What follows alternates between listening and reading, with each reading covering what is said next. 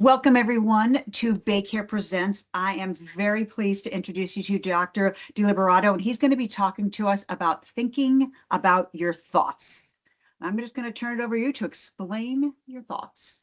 All right, good afternoon, everybody. I'm Brandon Deliberato. I'm a child and adolescent psychiatrist.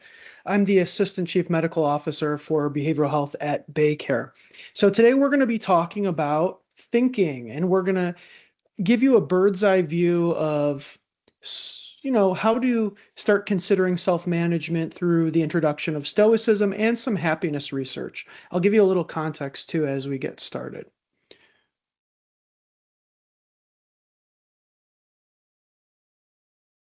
All right. So our goals today is to define psychiatry, talk about what is illness, introduce Stoicism, talk about the relationship of the experience of thinking and emotional attachment, and also mention Batman at the end.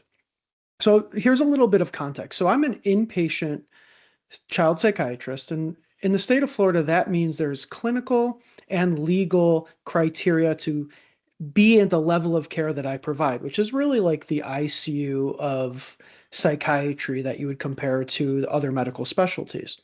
And I've been doing this now 15 years. And throughout the course of my career, I started to notice that maybe 1 in 6 or so individuals were acutely ill, which when you think about the setting I work in, it should be 100%. And not only were they 1 out of 6 acutely ill, maybe a number of other ones had chronic illness, but a lot of kids I was taking care of didn't have an illness at all. And this was really curious to me.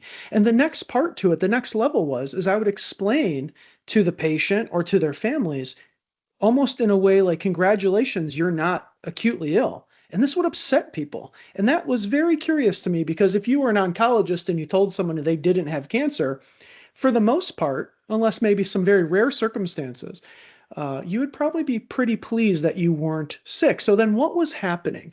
And what I realized what was happening was that for the large majority of the population of people I took care of, they weren't managing normative, ancestral, evolutionary negative emotions well, and they were confusing living in a brain, experiencing thinking as illness whenever it caused distress.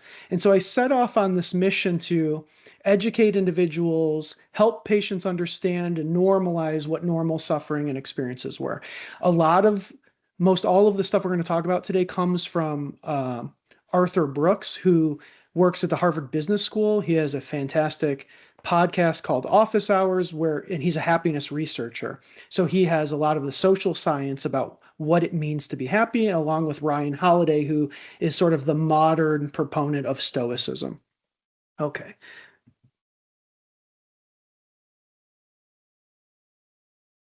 So what is psychiatry? Psychiatry is a branch of medicine focused on the diagnosis, treatment, and prevention of mental, emotional, and behavioral disorders. This is usually delivered by an MD or a DO, and now we have a number of extenders. But what we're looking at here is really the treatment of a mental illness.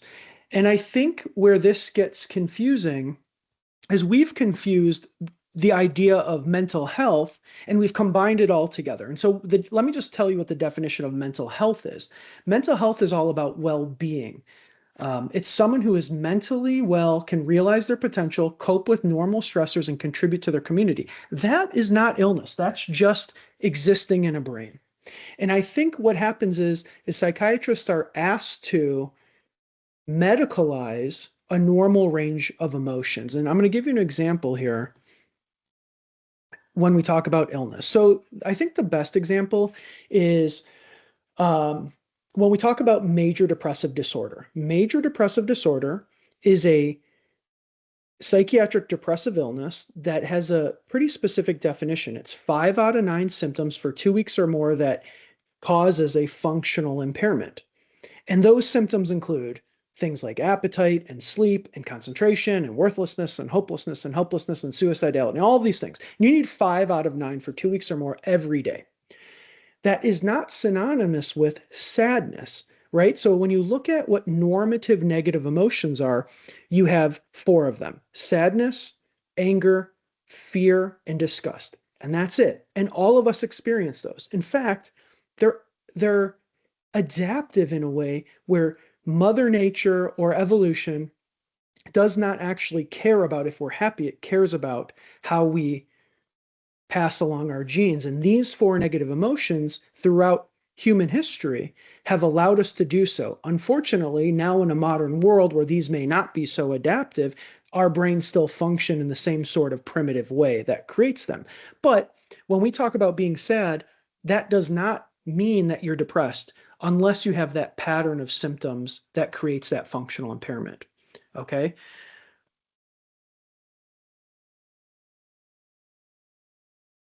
So what I've noticed is that along with implementing different types of therapies, Stoicism is something that a lot of us don't think about. And the goal here is to start to accept what is within our control and what is not. And so the general idea is in Stoicism that the external world is not within our control, and we have to find what is within our control internally and how we manage our thoughts and emotions. This was a discipline of philosophy that was created from someone named Zeno, who was a merchant, and he was selling purple dye. And what happened was is that he had a shipwreck where he lost everything, his whole fortune, all of his merchandise and everything. And when he started to investigate philosophy, he realized that this was an opportunity for him to demonstrate virtues and actually grow and improve from such a tragedy. The most famous Stoic philosopher was Marcus Aurelius. He was called the Philosopher King. He's a Roman emperor. And the idea is that it deals with the world as it is. And the core idea, again, is we cannot control external events, but we can control our responses. There are four virtues that come with Stoicism, and I'm going to explain each one. Practical wisdom, the ability to navigate complex situations in a logical, informed, and calm manner. Temperance, practice of self-restraint and moderation in all aspects. Justice, treatment of others with fairness, even when they have done wrong. And courage, which is not just extreme situations, but everyday circumstances. One of the major tenets, and this is, if you remember anything about this whole talk, this is it. There's a Latin phrase that is read as memento mori. And what it means is that remember, you must or you have to die. There's not one of us on earth that will ever stay alive forever. This is one constant that we all need to wrap our heads around. Death is inevitable. And this is not actually morbid, and this is not something that should make you feel hopeless. In fact, what Stoics do with this idea is that it invigorates every moment of their actual lives, right? Every moment that you have right now in the present moment is the only moment that exists. And since everything will end, it is a way to make sure that we truly exist in the moments that are current, not being lost in the stories of the past or anticipating the future.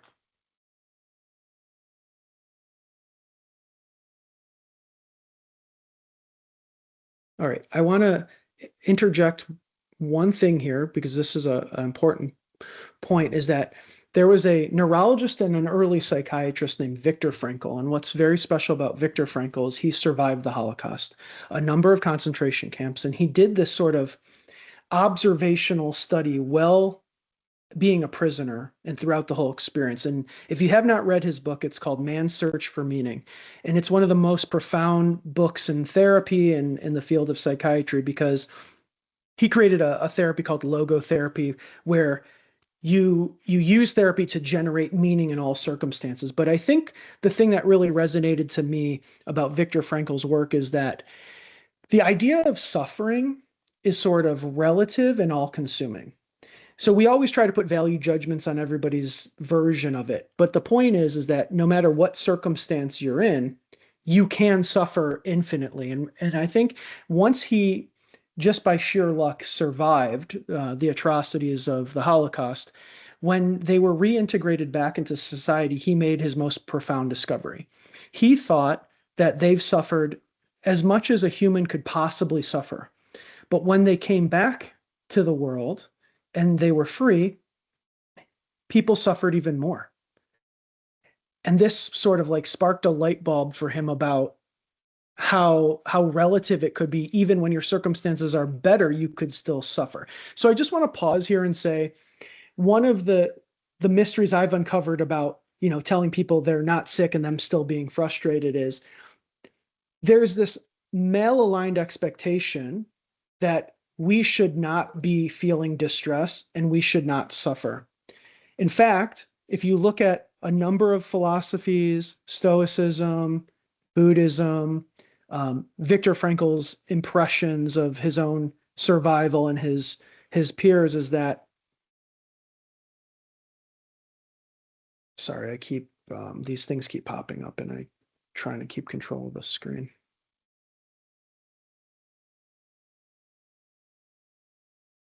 Is that the natural state of existence is actually suffering.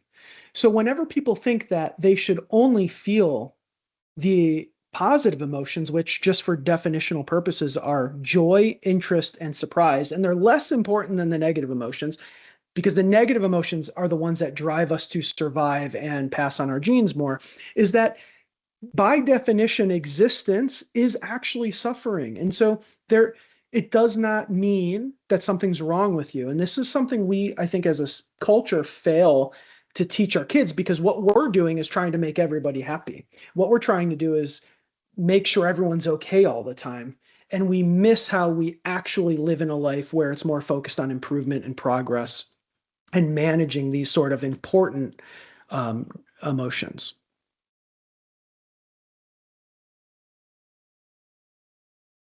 Okay. So the definition of consciousness is the fact of the awareness of the mind itself and the world you're living in. So you can say conscious beings are able to know what a thing feels like, right? So the experience of things and your ability to understand the meaning of that. So the first thing we want to do when we talk about managing negative emotions is something called metacognition, thinking about your thoughts. There in therapy, they might say, if you can name it, you can tame it. So what's happening is, and again, this isn't necessarily illness. This is just living in a brain. We have one of the four negative emotions. It's sort of stuck in what we call the limbic portion of our brain, which is the very reptilian primitive portion, deep down in there.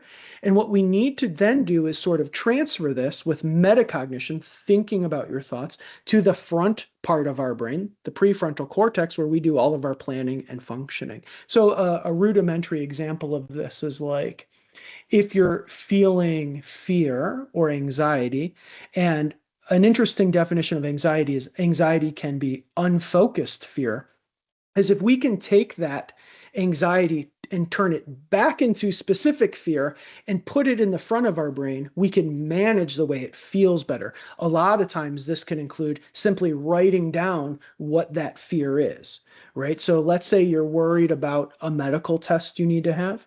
If you take a moment to sit down and write, what is the worst possible outcome that can happen from this medical test? What's the best possible outcome? What's the thing that would just be fine in the middle? And then right through it, you take the experience of anxiety, you turn it back into fear, and then you put it in the front planning part, the executive functional part, and you're able to turn the experience down and think through the actual problem. Okay, because a lot of times what happens are, especially kids, is they'll experience a negative emotion and just react. And in my line of work, the terminal output of unmanaged negative emotion is conditional suicidal threats.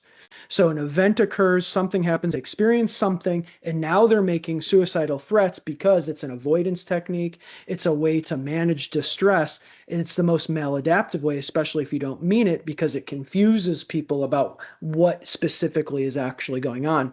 And so from a very much earlier age, we need to start training our kids how to know when they're thinking, learn to buy themselves time from the experience, and then turning it into something that they can manage through thinking and knowing they're thinking.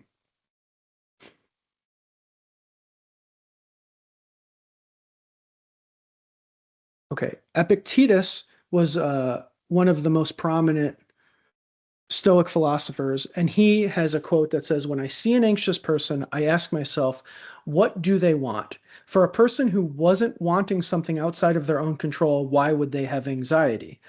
And a more tolerable way of putting this is when we have anxiety, we start to believe that it's productive. It prepares us. Anxiety at its base level is like the alarm clock of life. In a way, if let's say I was in a forest and a tiger walked up to me, my body would set an alarm that says run, fight, or um, prepare. And that anxiety is adaptive because it prepares your body physiologically to manage an acute threat.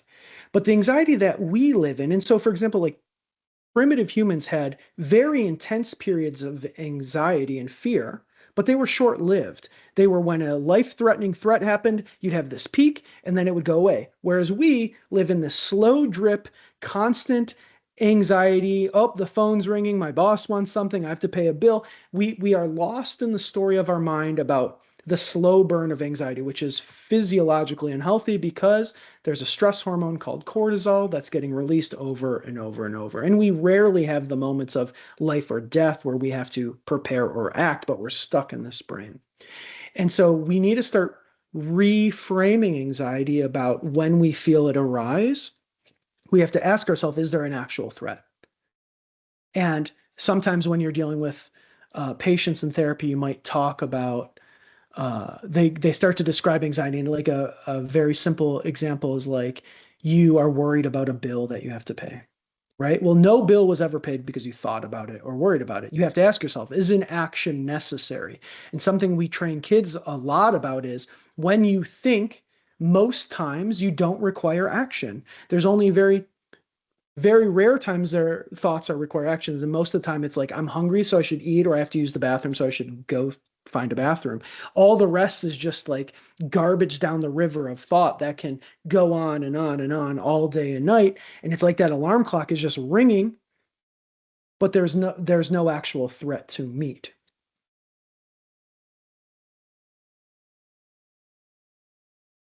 Okay, so what is mindfulness?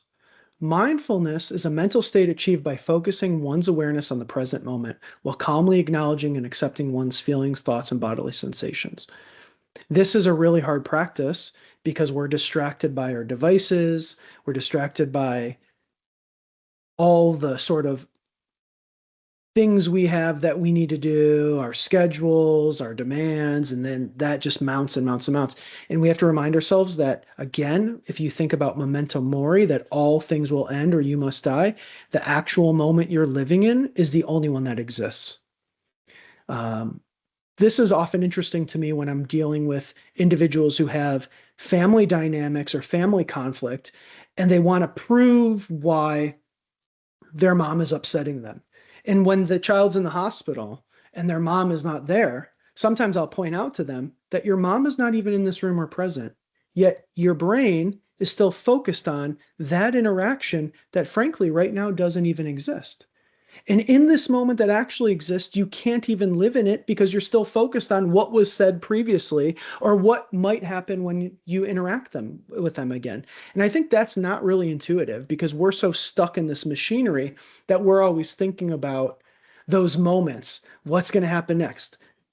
Why I deserve something or what I said that upset somebody else. Um, and again, the actual moments get missed.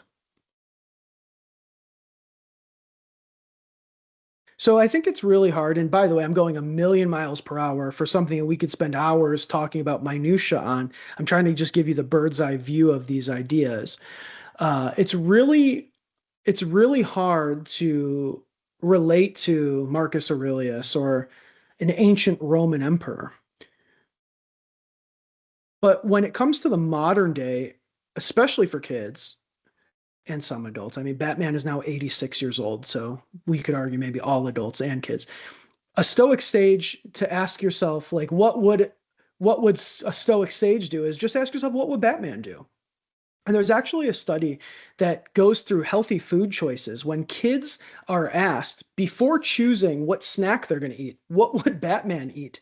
They pick better healthy foods like fruits and vegetables because they assume Batman would eat that. Now, I think what the reason Batman's my favorite superhero is just this very thing is that Batman uses all the Stoic principles all of the time, and he always accepts what's within his control and accepts what's not in his control. And further, he continues to wage a war on Gotham City no matter how long it takes, right? It's an unwinnable thing. There is no arrival. He just continues to do it. So there's a lot, there's more. I'm not going to go into this section because I'd rather just have a conversation with everybody. I finished a little early because I wanted to spend more time answering questions directly about these concepts or these ideas. I also want to end with one very interesting thing that's very kind of surprising. So one of my favorite things that Arthur Brooks talks about in his happiness literature is, let's talk about the definition of happiness, right? So happiness is not an emotion, it's a state. It's a combination of enjoyment, satisfaction, and purpose. And satisfaction has an equation. And this is something that I think runs contrary to our society. So if you imagine satisfaction equals your haves over your wants, and you want to increase satisfaction, you can argue that if you have more, that's one way to do it. However, if you have more, that usually perpetuates your wants. And so you're kind of chasing yourself. And so the real key to solving the equation of satisfaction is want what you have already, or more simply, want less. So if you decrease your wants, you will be more satisfied. Now, here's where this gets really wild. People talk about bucket lists, right? Before I die, I want to ride in a hot air balloon. Before I die, I want to have 45 chicken tenders in one meal. I don't know, whatever it is. What you should practice is the reverse bucket list or the anti-bucket list. Think about all the things that you could want and practice removing them from the list about why you don't need them. Right? The bucket list perpetuates this sort of arrival fallacy, which means one day when I achieve this thing, I will be happy. In fact, we know that's true. That's not true of anybody's success in the way of if they're chasing that success, Olympic athletes who win the gold medal oftentimes are not happy because the minute that happens, they're on to the next thing. And so we're losing sight of what happiness actually is. It's about relationships with your friends and family. It's about meaning in your work. It's about faith that does not just include religious faith, but sort of a sense of transcendence in some way. And we need to focus more on, again, the here and now and not just these outcomes or when I get to this phase, because again, there is no arrival. When you get there, there's just the next thing to chase. So you want to fight against that. So I'm going to pause and take questions. If you guys want to pop your cameras on and talk to me and type stuff, that would be great. I am going to go ahead and open up cameras and mics, so that'll take me just a second. But while we're doing that, there was a question in there about, how do you transfer that stressful moment that hits that amygdala and gets you in the limbic system and give it that time to go forward? Me Yeah. in my very limited mind, I tell people to take 4 mindful breaths just to kind of give a pause. But what are some suggestions you have for that? Yeah, that's actually, and I apologize, I was racing through this, but the first thing is to just do nothing, right? We're so, the way our brain works is that we want to act, we feel discomfort, we must act. And what you need to do is just in your sort of personal internal monologue, you might just want to put a very neutral, curious, non-emotional label to an emotion. Oh, that's sadness. That's whatever. And when you start to do that, then you notice your thinking, right? Thoughts don't require actions. So there's this whole process of just when you start to name the thought that you're experiencing, that starts to buy you time rather than taking that action. And then once you start doing this metacognition, which is naming or writing down or starting to acknowledge it, it pulls it away from that emotional salience. I use a roller coaster example for kids, and I'll share it with you. And like for fear, for example. So because a lot of what we do is put emotional appraisal on our thinking. So let's say we have a roller coaster, maybe something from Cedar Point, the best roller coaster park in America, and we have two people in the same roller coaster car. One person is terrified of roller coasters and one person isn't. And they experience the same ride, the same height, velocity, all of that stuff. Yet the person who's scared is holding on tight and trying to control it and just appraising it in this negative way. Whereas the person who loves it puts their hands up, doesn't try to control it, experiences it for what it is. And the whole thing is, first of all, the ride is exactly the same, except we just think about it differently. So I think we need to start there's this dualistic idea that you are your thoughts, right? Thoughts think themselves. They arise and they pass. And the more time you take practicing not acting, the better off you'll do. So for example, anger, how long do you think it lasts? Because it lasts literally 6 seconds. The half-life maybe, so 12 total seconds, half-life 6 seconds. Anger is over in 6 seconds, but we hold on to it and cultivate it all day. We're watering those angry flowers all day. Some of us, for years, we just keep watering it and cultivating those thoughts, when had we just let it pop up and pass, it would have been gone in 6 seconds and you could just move on.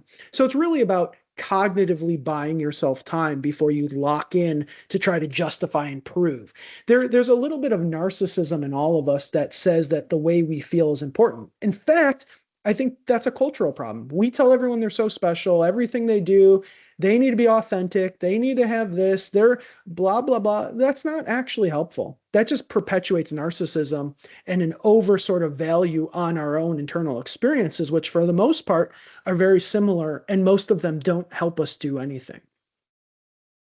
I'm going to apologize to everyone. I cannot find the button. There's been an update on how to let everyone's mic and camera come in. So we are going to have to ask you to type in. I will keep looking as we're having you answer the questions. But the next question that came through is, why does sadness or trauma have a bigger emotional hold than happiness? So trauma is not one of the 4 negative emotions. I'll say them again. The 4 negative emotions are sadness, fear, anger, and disgust. The reason evolutionarily that they help us survive is because they teach us lessons about the natural world we live in, more so than just feeling joy, right? So, I mean, we could go through evolutionary examples of this, but the best thing about it is they deter us from doing things that could get us killed, basically. Now you were talking about, we don't want to feed into that narcissistic self and always telling all of that, but how can we talk to our kids to help to encourage them, to uplift them, but not necessarily put them onto a path that might lead them down So where we don't want them? maybe I'm a curmudgeon here, but in my experience, I think we need to try to get our kids to be more neutral, right? This sort of obsession with positivity is not very helpful, and it can often lead to kids feeling like they can't achieve that expectation and they fall short and they continue to fall short. So I think starting to normalize suffering, normalize adversity, share your own examples of failure, because the thing is, failure actually is an opportunity for us to grow, and we don't want to miss out and sort of tamp down all of that stuff that is an opportunity for people to grow. And there's this whole study about resilience or anti-fragility. And just quickly, like, resilience is you have an insult and you bounce back, whereas anti-fragility is you have an insult and you grow. And that's like the concept of muscle physiology. We lift weights, we break our muscles down, and they grow more cross-section to get stronger. And I think that's the way we need to think about our kids. The problem with us as parents, if I must say, a lot of times we don't want our kids to suffer because it feels bad, but it's also inconvenient, right? Because our schedules are packed with all kinds of nonsense where we can't stop to smell the roses, to let our kids fail, to get an experience to grow, because it's super inconvenient. It doesn't, it gets in the way of what we wanted to do. And I think we have to refocus on how we set that expectation about what is actually happening and think about where it's coming from. A lot of times it's coming from your kid has an experience and then you craft some sort of story around it to mitigate your own distress. And I think we need to let our kids and ourselves suffer a little bit more. I'm not talking about like put yourself in harm's way. I'm saying learn to manage distress and take actions that are more adaptive than they are maladaptive. And so when it comes to the suicide example, and by the way, this whole talk is not about illness. That's, I could spend the rest of my life telling you about the nuances of illness and treatment and all that. But this isn't, again, the purpose. So when I say these kids are making suicidal thoughts, this is outside of an illness that would be causing it. It's a reaction to negative emotion. And what we will tell kids to do is, hey, if you are going to actually die, we need to know and we need to mitigate that. But if what you meant was you're really upset and you don't like something, or you need to get out of the house, or whatever it may be, we're trying to use very specific language so they can get their needs met and learn to say the thing they actually mean and not just generate a reaction. I don't think I've heard the word anti-fragility used like that. And that is such a powerful concept. I think that's something that we all need to kind of let marinate in our brain and think about as we're working with children. One of the questions here is that a woman, she had both of her kids dealt with some low self-esteem. And she's wondering if there's some techniques that you can give her to help her grandchildren going down the road with that. Yeah, I think this is going to be an unsatisfactory answer, is that I think what we need to do is focus more on process and rather than outcomes, right? So when it comes, so I don't spend any time thinking about self-esteem just based on these sort of ideas that we've been thinking about, because to me, self-esteem is more focused on an outcome and whether it's achievable or not, or success. So I would be like, when you talk about complimenting kids or talking about things they do, which can build, confidence and mastery, is about being specific about the things they're doing, right? Um, let's say someone, here's a silly example, like someone's learning to play an instrument or a song or something. You want to talk about, hey, we reward the hard work in the process. I noticed that you practiced for a number of hours and you stuck to it even when it was hard. You don't say, good job, you're really smart, or you really played that solo well. You want to pick out things that are specific about the actual things and foster the ability to master and generate work and hard work and meaningful work. So self-esteem is sort of like a problem with not liking outcomes. And then you sort of fall into that fallacy of arrival. I'm And that's hearing the other you. thing. Sorry, I want to say this. This is Mhm. the other thing about Stoicism, is that no one ever gets there, right? It's just a way to try to find an opportunity to be virtuous in every opportunity. So the answer, again, the short answer to the self-esteem is mastery, purpose, meaning, that kind of stuff. And it's reframing the lenses that we're looking at. That's what I'm hearing you say. We tend to look at things, like you said, with the outcome. And with a lot of this is we have to think about how we're training ourselves, because even as adults, there's a whole lot of us who are still looking for that belonging and appreciation. And for the kids, reframing what that looks like. I think that's a great tip. Someone is asking about building empathy. Does that help deter that narcissistic temperament?